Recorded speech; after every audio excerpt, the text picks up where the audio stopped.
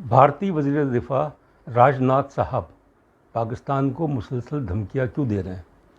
हाल ही में राजनाथ साहब ने जम्मू यूनिवर्सिटी में एक सिक्योरिटी डायलॉग से खिताब किया और उसमें उन्होंने वाज़े तौर पे कहा कि भारत जो है उसके लिए बहुत ही मुनासिब मौका है।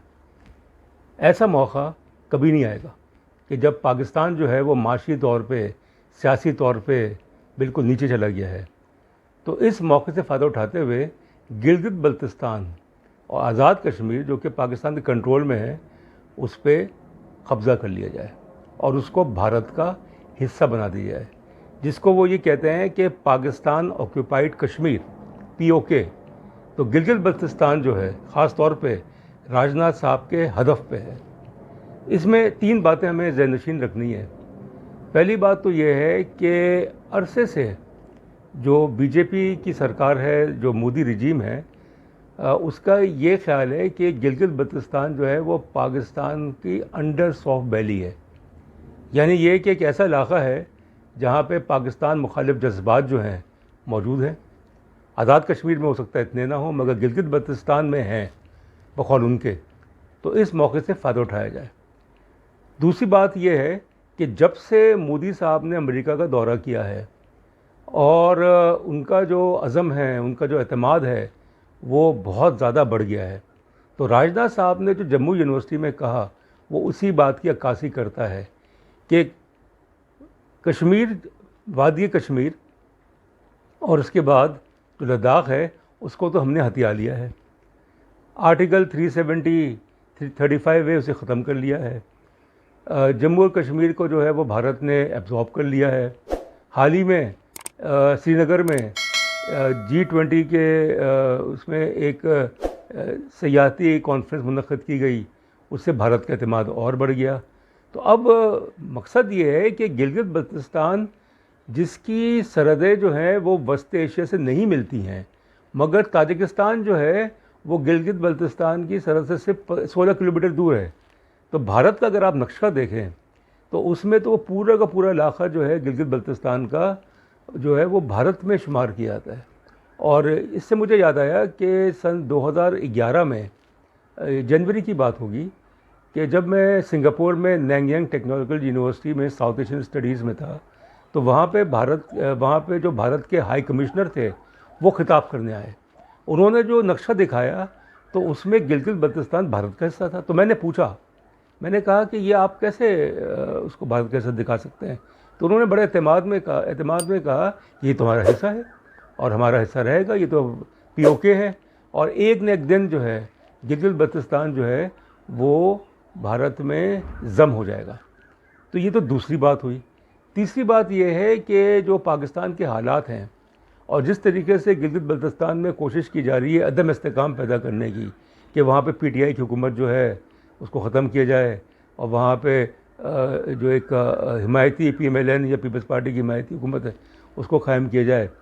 तो ज़मीनी हक़ाइक़ जो हैं वो तो ये ज़ाहिर कर रहे हैं कि भारत के नज़दीक ये एक मुनासिब मौका है, मगर ये ऐसे तो नहीं होगा। ये तो भारत की खुशफहमी हो सकती है। उनका ये कहना है, यानी भारत का ये कहना है, और गिलगित बल्तिस्तान के बाज़ हल्के भी कहते हैं कि हम पाकिस्तान के साथ क्यों रहें, कि पाकिस्तान का जो बर्ताव है, पाकिस्तानी रियासत का जो बर्ताव है वो बहुत ख़राब है। वो हमें दूसरे दर्जे के शहरी समझते हैं। हालांकि जो भारत का बर्ताव है, जो वादी कश्मीर के मुसलमान जो शहरी हैं, उनसे तो बहुत ही ख़राब है।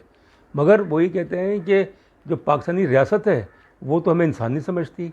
और फिर इसके अलावा वो ये कंपेयर करते हैं, मवाजना करते हैं कि भारत में जो अशिया सर्फ की कीमतें हैं, जो भारतीय कश्मीर है वो पाकिस्तान से बहुत कम है।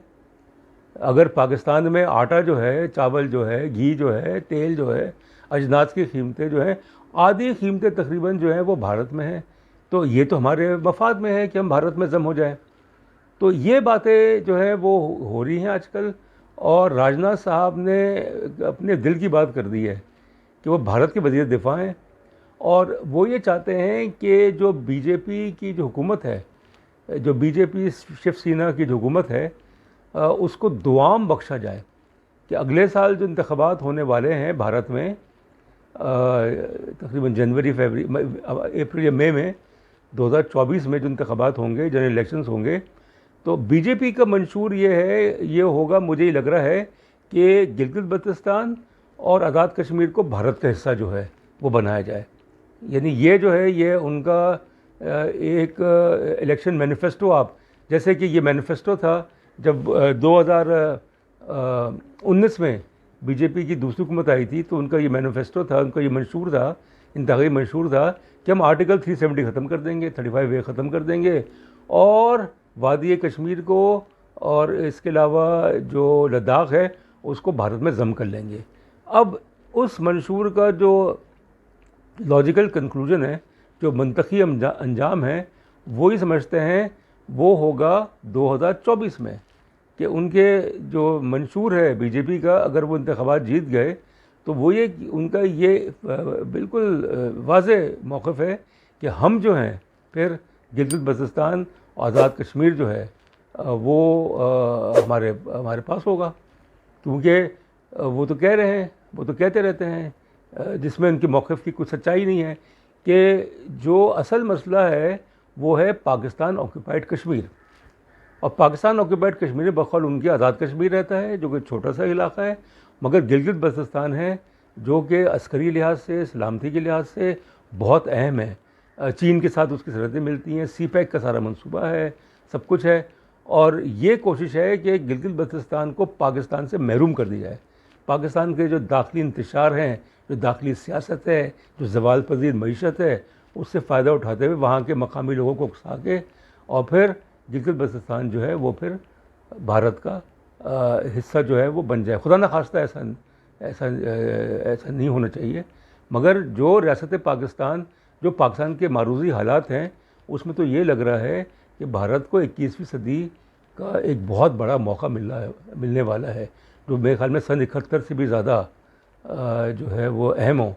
और इसीलिए जो टोन है, जो रवैया है भारतीय क़यादत का, वो दिन ब दिन जारहाना होता जा रहा है। लाइन ऑफ कंट्रोल में फायरिंग के आसपास फायरिंग, और फिर पाकिस्तान को धमकियाँ, तो धमकियाँ जो हैं वो ऐसी तो नहीं है, उसमें कोई ना कोई तो मंतक होगी, कोई ना कोई तो उनको उम्मीद होगी कि गिलगित बल्तिस्तान ख़ास तौर पे ये जो इलाका है इसको भारत जो है वो ज़म कर ले।